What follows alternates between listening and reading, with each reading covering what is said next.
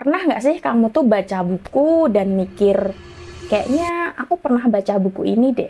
Nah, itu adalah hal yang aku rasain pas aku baca Lonceng di Danau. Lonceng di Danau ini adalah buku baru dari penerbit Mai. Nah, Lonceng di Danau adalah kumpulan 6 cerita pendek yang semuanya itu temanya petualangan. Buku ini tuh diawali dari cerita Rumah di Bukit yang bercerita tentang seorang anak laki-laki yang melihat rumah berjendela emas dari puncak bukit seberang rumahnya. Lalu ada kisah tentara berkaki satu yang mirip kisah The Steadfast Tin Soldier. Nah, lalu buku ini ditutup dengan kisah Putri Bintang yang mirip-mirip kisah Joko Tarub. Nah, entah kenapa tiap baca buku dari penerbit Mai itu aku nggak pernah ngerasa ini buku terjemahan gitu. Nah, hal ini juga berlaku buat Lonceng di Danau. Nah, di sini tuh terjemahannya halus dan ngalir banget. Nah, pembaca tuh seolah diajak buat menikmati cerita asli tanpa merasa terbebani dengan kesan terjemahan.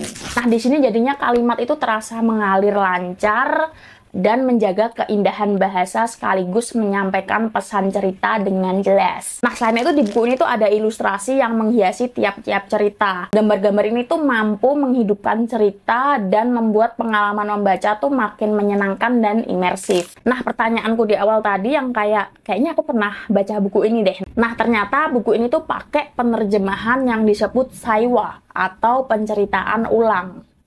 Nah, di sini tuh penulis nggak cuma menerjemahkan dari bahasa asal ke Jepang, tapi juga mempertimbangkan target pembacanya, yaitu anak-anak. Unik banget kan? Meskipun Lonceng di Danau ini tuh termasuk buku anak-anak, tapi masih cocok buat dibaca orang dewasa. Apalagi ada feel nostalgic ketika orang dewasa baca buku ini. Jadi kalau kamu butuh bacaan ringan sekali duduk yang bisa membangkitkan imajinasi kamu nih, kamu bisa coba buku ini.